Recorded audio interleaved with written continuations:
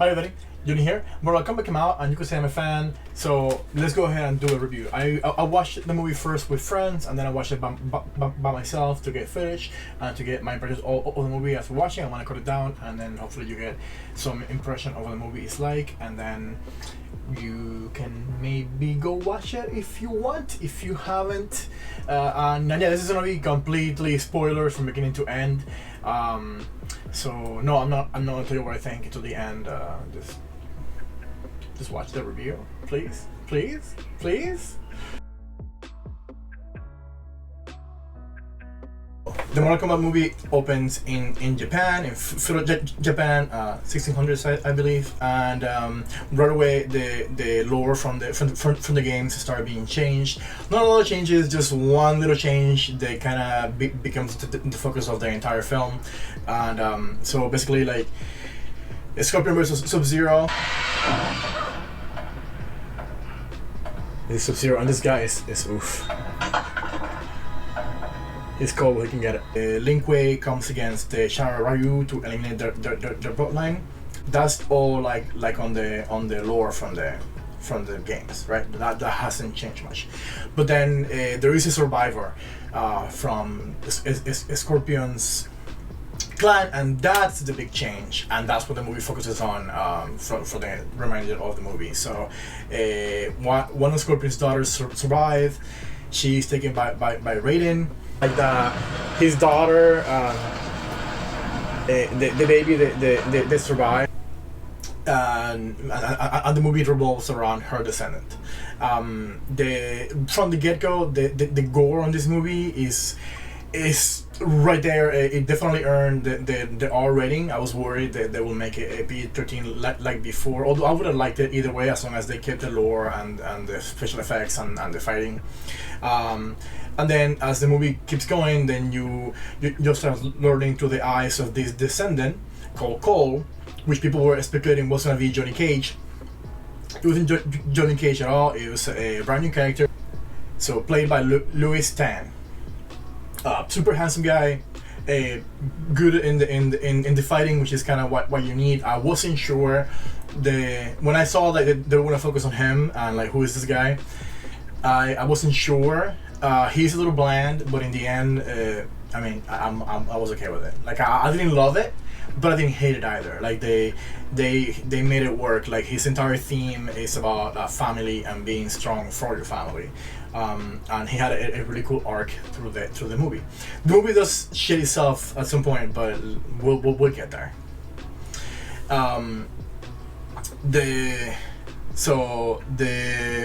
The gore is there.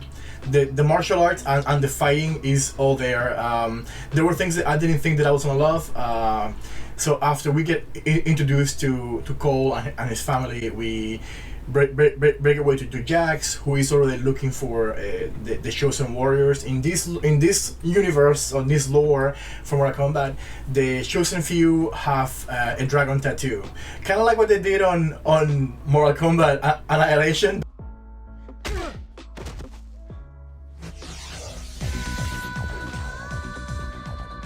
That movie that we don't talk about.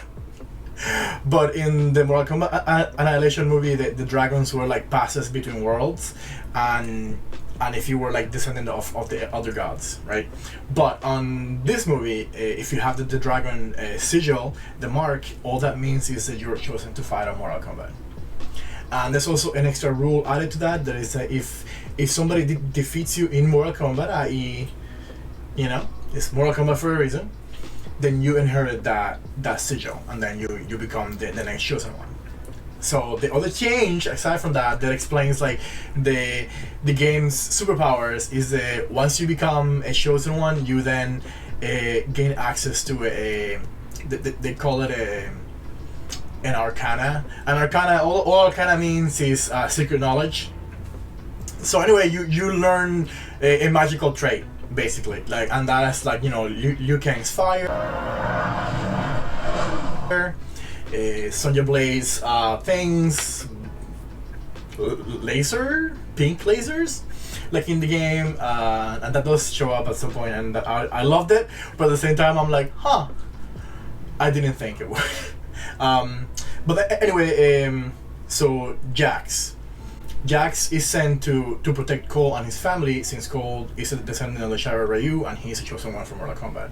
And Cole's arc at the very beginning, you see him fighting on an MMA ring on a cage, and everybody's commenting that all he's good for is taking hits, but not actually fighting back. So he's not a good fighter. He's just really good at taking hits. And that's like foreshadowing, and I like that. Like, if you give me good foreshadowing, I'm happy. And I didn't see it coming when I first saw it. So, so Sub-Zero finally attacks, right? And he's that now the Sub-Zero that we know and love, not the Fruit Japan warrior that the movie opens with. And they do show Outworld, and they show Shanzun, and Outworld is basically like a desert, kind of like before, but they show a little bit more of it. I did like the Shanzun's throne, but like there were like no interiors in Outworld. Like they didn't show like any castles. I don't know. There was no roofs in Outworld, but I don't know. I don't know why I did that. So the first like Mortal Kombat fight is between Jax and Sub-Zero. Really cool fight. The actor that plays Jax is the actor from Supergirl. I think his name is pronounced Mikael Brooks, but I do know him from Supergirl because I watched that show because I'm a nerd. Love to match Jax. He had the moves on the fight against Sub-Zero, but Sub-Zero ultimately defeats him and then proceeds to tear his arms off in a fatality-esque scene, which was really rough to watch. Like the part that got me was when his arms are being frozen, you see the blood spike out in frozen shards on his arms, and that was oof. And then after that, he drops him off in a very similar manner to what happens in the game, where you uppercut somebody off the pit and then the hit spikes on the way down. We transition to Cage leaving his family at a cottage and then proceeding to follow up to go find Sonya Blade. We find Sonya Blade. I love the actress that plays her, the martial arts skills, and you know she didn't do a half bad job. I don't know who was. I don't know what people were expecting from this movie, but like, you know, I expected gore, martial arts, and some quippets here and there, and this movie delivered in being a little bit more than that. When to me, it felt like they took it very seriously, even though they made a lot of changes. Changes aren't always bad. So I did like the how we meet Sonya Blade, and then as soon as we meet her, she's there with Kano, and Kano is chained up because he's more than problematic. He's they mentioned the is it Black Dragons? Yeah, I think it's the Black Dragon clan, which is the head of, and basically they're the worst kind of people. Right, so that is right, like in the game's lore again.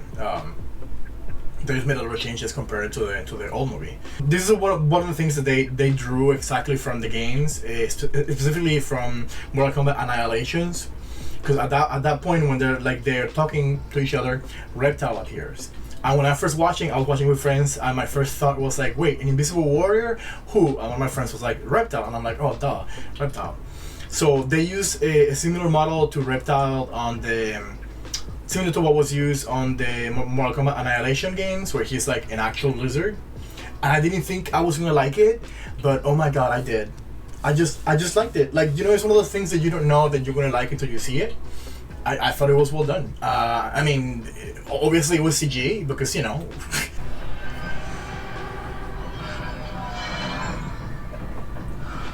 So we saw this on the PlayStation 2 games, like Reptile as a complete lizard, and I didn't like it there, but I like it here. Did you shoot it? On Deadly Alliance, he was fully a lizard. How else? But they did a really good job, and they had a really cool fight, and then it culminated with Kano's fatality with the heart. You know, he had everything. He had like he had the acid spit. He did the tongue move, the invisibility. It was all there. So I was happy with Reptile, and he came and went, and he died, and I'm moving on. You know, like it's Reptile. Like sorry, Reptile fans. So then from there, we moved to the Radiant's Temple. Again, another desert location. I did feel like they cut really fast from like the plane scene to the landing scene, but I rather maybe that's better than them milking the parachuting scene. But the parachuting scene was there for like literally a second. Like I didn't even see it on my first watch. I guess I must have looked away and then missed it. So, but anyway, that's the one thing about this film is the it cuts really fast from one thing to the next, and for a while it kind of works, but towards the end it kind of bites you in the ass. Oh my arm is getting numb. I just got vaccinated. Get vaccinated, people. So now as we get close to the Radiant Temple, Sonya and Kano have a scuffle. Kano accuses her of being jealous for her not being chosen and him having the sigil.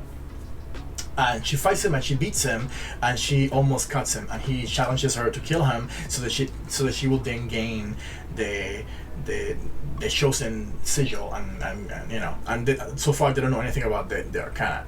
So this is gonna go into like Sonja's little arc, which kind of pissed me off, and I'm gonna go into it as we keep going. So Sonja's arc is that she wants to fight for Earth.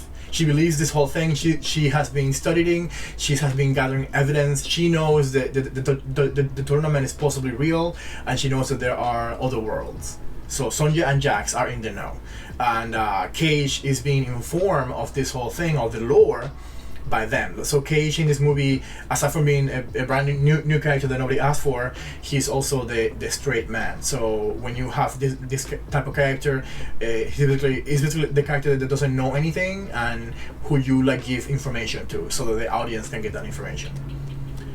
I'm pretty sure the only reason that the Cage was added was for people that aren't fans. And I mean, I kind of get it. At the same time, this kind of movie is basically for the fans. So they could have focused the movie on anybody else, but you know what? At least we got an Asian lead, right? So I'm not gonna like complain about it too much. We get close to the Radiant Temple. We then meet Liu Kang. Liu Kang's entrance was phenomenal, like against the setting sun. Or the sun setting, and he enters Liu Kang, and the first thing he does is like fireballs against Kano. And Kano is the only one that freaks out, honestly, and he questions, you know, like magic, like what is this? So as we enter the Radiant Temple, we find out you know, like first off, Raiden is there, and he tells them that they're not ready for the tournament. And basically what Shang Tsung is doing, his plan is that he's breaking the rules. He's killing off the chosen champions before the tournament. So yeah, this movie doesn't have a tournament, and I've heard complaints, but this movie doesn't have a tournament. So you know, just so you know, there's no tournament here. There is fighting and there's martial arts and fatalities and stuff, but there's no tournament. So, transition to a scene where we finally see Jax. So he did survive the fall and the defeat from Sub-Zero, and the monks on Radiant's Temple, who have knowledge of other realms, found technology that replaces his arms, but it's not like the arms that we've seen in the game. It's like he basically he lost like all confidence, and he lost all ability that he had. And they weakened him to the point that I was like, no, like why would you do this? And then they tried to tie it up to his arc, but he was already a self-actualized character. He was very competent in the fight.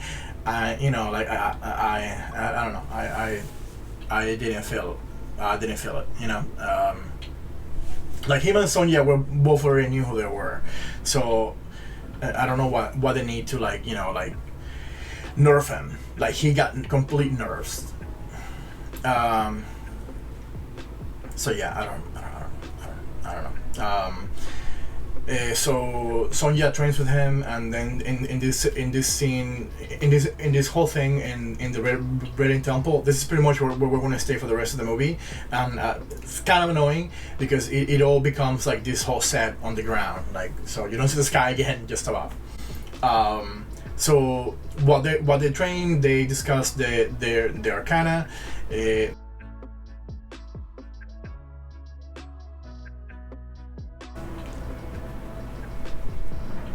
You are in no physical or mental shape to fight. You don't even have a marking. See? Kung Lao makes a really cool introduction when he's in the Red Temple. Yes! This is the best entrance with Marina and the warriors, and Yukang and Kung Lao send them off, and then Raiden closes them all in the temple, right? So in the original story, Kung Lao is like any moral from the past tournament, because you get to retain your youth. But here he's just another as they go training, Sonja gets told, hey, you can't come in here, you have a vagina. Ever shut up. You're welcome to stay with us, Miss Blade. But the training area is for the chosen ones only. Enter sexism, yay! I know that's not what they said, but that's what I got in the movie. Okay, I'm like, oh, so we're gonna be just sexist now. Awesome. like, and then they made that into her arc, and I'm gonna keep doing this whenever I say arc. So yeah, like they were like, oh no, Sonja, you cannot be here because you don't have the sigil, you don't have the arcana, so you're like useless, you're a liability. And she took it so well, which she was being better than anybody in that situation. I don't know how I would have reacted, but because I guess she just like, you know what, I know that all this stuff is real, so I'm gonna do what the monks say, and you know, kudos to Sonya Blade's character for that. But I was just like, god damn it. So Sonja goes to help Jax basically recuperate, as these monks, you know, like gave him new arms, although they completely nerfed him, and it's very uncomfortable because he's again self-actualized character. He's in the know, he's strong, and then they remove his arms, and whereas in the game and in the movie before, it was that he chose to get the augmentations to fight, you know, against Outworld. In this movie is that he lost to Sub-Zero, and you know they had a fatality. And I know one of my friends feel strongly against this, and I understand. His note on that was they led, even in the trailer, they led with the mutilation of the black man, and yeah, so I'm with you on that. And he's probably gonna hate me for mentioning it. Anyway, the movie is basically like a training montage, and see, like the movie's serious, like the acting is serious. We have no time to lose. You must. I don't know what people expected. I do have my grievances, but that's later. For now, cool fighting montage. There's a dining scene where they all get together, and there's some banter back and forth between Kano, who is an asshole, and Liu Kang and Kung Lao. Kung Lao has such charisma in this film. So Kung Lao is played by Max Huan, and he stole the film for me. So they have a back and forth. It's funny, and then stupid Kano is the first one to unleash his arcana. Notice that Kano unleashes his arcana through anger, through white anger. Yeah. After a while, Cole gets sent home because he's like a failure according to Raiden. So Raiden opens a portal and sends him home, and then his wife is just like, oh, a portal open in front of my house, this happens every day, hi honey. Like, people just don't react to magic in this movie, like, for most of the times, and it's kind of annoying. Like we got like 2 reactions from Kano, and that was it. It's like magic happens every day. It's like this magic everywhere. After this, there are a lot of fight scenes after Kano betrays the group, as he does, because that's his character. You know, like that's what he does, and that's what you expected. If you know the games, like you knew that was gonna happen. So that was like right on character for him. So then now since they're not protected, Goro attacks Cole and his family, and now his whole arc kind of comes together when. To protect his family, he unleashes his arcana. There we go.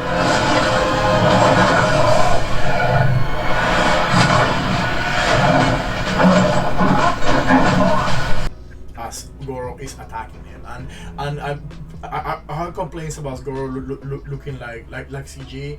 I mean, he is CG, and I agree that in the older films, Goro kind of when he's the marionette, he kind of sells it a little bit better.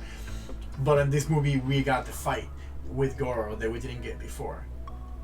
So as Cole fights Goro to protect his family, he unleashes his arcana, and I guess because his Scorpion's lineage, they keep showing to the entire movie this the Scorpion's harpoon and this cord being wrapped into it, and so this whole thing that they've been doing with his family, he has a little bracelet, and his bracelet turns into this armor to his body.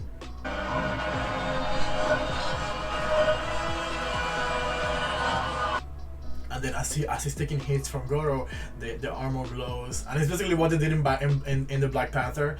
His armor sucks in energy and then it dishes it out. That's what he does. So 4 fists in his chest. So I love this. His arcana is like this armor that came from the bracelet that was given to him by his daughter, and that kind of goes full circle with this whole thing that he's good at taking hits from the beginning of the movie. And you know that was a cool thing that they did. Like I'm like okay, you made up this character and you made him the center of your narrative, but at least you gave me like a full on, you know, a setup and payoff. Here now you get like all the cool fights. Everybody Neitara gets introduced and quickly taken out in a gruesome fatality by Kung Lao. Flawless victory. And something that I hated was Kung Lao does end up dying in this movie. And why? Like we could have had him in another movie if it happens, but no, Kung Lao is dead now. Shang Tsung did the soul-soaking fatality on him, and so Melina is there. She's fighting Sonya, and when Melina comes to fight Sonya, she tastes her blood, and and she literally tells her that that's not the blood of a champion, and therefore her death will be meaningless. So she leaves her. Like Melina forgives Sonya's life. Like she had her, and then she's like, "You're not even worth killing." So like Sonya just gets like the most hits in this movie, at least to her ego. But then she fights Kano, and from this fight with Kano, we get both Sonya's and Jack's resolutions. So Jack's Kano uses his arcana laser thing. By the way, the whole faceplate is gone. He's hurt, but he's not. He doesn't have the metal face. Like the laser thing is his actual power, like what he gets from the sigil, his arcana, which it was weird, but whatever. At least his character was a point. So he traps Sonya under debris, and Jax needs to pull from his inner strength, and as he's about to give up, he doesn't, and that only just his arcana, which now gives him like extra strength to his arms, and then he frees Sonya, who happened to be okay, even though she had debris on her, and she just fell right in the crack, I guess. Let's just keep going. He was always strong enough. He just had to reach for it. You know, I guess that's the narrative that they're going for. But at least he has the arms that he's supposed to now. The costume department, my god, so good.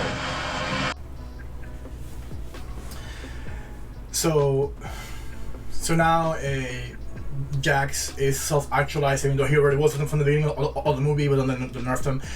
So Jax has his arms again, and now is the really cool augmented arms that we expected from the beginning of the movie that he would have gotten eventually, you know? And show you this. Sonya fights Kano and she kills him. I forgot that bit, so this is gonna be an insert. Sonya uses her actual power.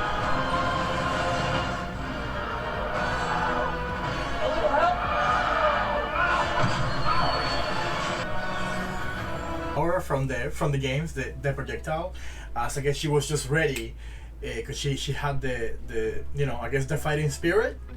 They didn't show like her like realizing something, and she just bam does it, and she knows how to do this thing now. And she did it on against Melina, and it was just like a hole through her stomach. Like there was no, unlike in the games where it's just like a regular projectile. In the movie, it was like an actual lethal thing, and it was like another fatality. So Caval is in this movie, and he is hilarious. Like every single line, like he has his mask, right? So you don't see his faces or his expressions, but because of that, the actor that did his voice, I guess, a lot more freedom. So he's basically Deadpool. Caval was Deadpool, like just Deadpool, and he's the one that got the guess Kano to betray the group. Although Kano, obviously was gonna betray them from since always. So then after this, we go to another fight with Cole, where he has to again realize his whole arc again, even though he had already done so by defeating Goro. And this is when we get the expected Sub-Zero versus Scorpion fight, but also Cole is there because Sub-Zero it was the one that killed Hanzo in the past, and that's Cole's ancestor. And so Cole had to be there because Sub-Zero tries to kill his family in the same way that he killed Scorpion's family. But Cole actually makes it in time. So this is when the movie kind of like went off the rails for me. So basically, like after this fight, by the way, the fighting in this movie is on point. Like the special effects are on point. The acrobatics are on point. There is a lot of like spinning for no reason. I love it. I'm here for it. If you give me wire fu, I'm happy. Like I'm just a happy camper. So, but aside from that, the martial arts it looked good to me. Like it looked just. I am happy with the martial arts and the special effects in this movie. But here's now where I have problems with the story. So that fight with Sub-Zero and Scorpion happens, which should have been something maybe like towards the middle of the film, or should have been the thing they got Cole the armor. But it's like they gave Cole two self-actualization moments, and I like nobody cares, because he's a new character. Although I love the actor, like this is not like me hating on the actor. Love the actor that plays him. He did a good job. He was a little bland, but that's not his fault. There's also, remember, like there's the writing team, and there's the director, and there's producers, there's metal, and this movie had been shot like since before COVID, so they had to wait all this time to release it, and I'm sure there were changes in that time. So now Cole has this other moment of self-actualization with, and he kind of summons a Scorpion. They fight, and then the movie just ends. Sub-Zero is defeated, and at some point, Shang Tsung shows up again to tell Raiden that hey, this is not over, and then Raiden sends him off, and the movie just ends. And the movie ends with the sequel baiting, which is like. With sequel baiting Johnny Cage, and this is where it all kind of like deflated for me. Like there was all this build up, and when it was Chansun by himself, he just gets sent off. Like he doesn't get, there's no fighting, there's no nothing. He just gets sent off by Raiden, and that's where I think the movie failed. The movie builds up all these fights, and it's not a tournament officially, but it is kind of like a tournament. But then there's no big payoff at the end. You have two scenes where there was some sort of payoff with Goro, and then again with the Sub-Zero versus Scorpion, but they're not the be all, the end all be all of Mortal Kombat. Like Sub-Zero and Scorpion are a big deal, and they're like what the brand is known for, but they don't carry the whole narrative, you know.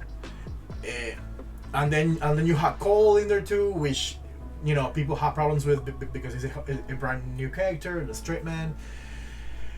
And this is where I'm not happy. Like the movie ended without any kind of payoff, and then on top of that, to add insult to injury, they added the sequel baiting thing. And I don't know about you all, and I hope I'm wrong, but I don't fucking think we're getting a sequel, because this is usually what happens. They get cocky, and then they go like, no, but what about sequel baiting? I wish they would have just closed this arc with defeating Chansun, or something, or beating Chansun so bad that he has to retreat, or no, they just beat Chansun and kill him, because in the lore he's supposed to come back anyway. Like he gets revived as a younger person, so you could have literally killed Chansun, gave us some payoff, and you know, like that way the movie didn't build to nothing. But instead they were like, no, this is a television show, see you in the next episode. Except for we don't know if there's gonna be a next episode, and I hope I'm wrong, and I hope we get a next episode, but I don't think we will. So anyway, this is my rant or review on Mortal Kombat. I hope you guys like this, and if you like this, please subscribe. I'm only gonna post it on YouTube because on Facebook it doesn't go anywhere, but I'm gonna post the link to Facebook so you guys can come here and watch it here. See, I'm trying to get smart with you. But and if you agree or disagree with me, like give me some comments. Overall, I like the movie, and overall, I want you to watch it. Like I loved it. It's just towards the end they just kind of were like, eh. And I don't know if it was because some rewrites or something. I have no idea what happened. But they should have closed it off at least with Chansun. But they left him alive, and they left him open. I don't know. I don't know. I mean, and I don't know what anybody else expected from this movie, but I got what I expected. You know, I got cool martial arts, cool special effects, some fatalities that I didn't expect at all. Especially the most memorable for me that I love was Liu Kang. And I kind of wish the movie had focused on him, honestly. But when we meet him, he's already his own character. Like he's done the soul searching. He knows who he is, and he's a little preachy. But he's a very cute kid. So I'm like, okay, sure, you be preachy. Go, you be preachy. And he was funny. So anyway, let me end this here because I'm just rambling at this point. Thank you for watching. Subscribe for more. Share this with your friends, and let me know what you think.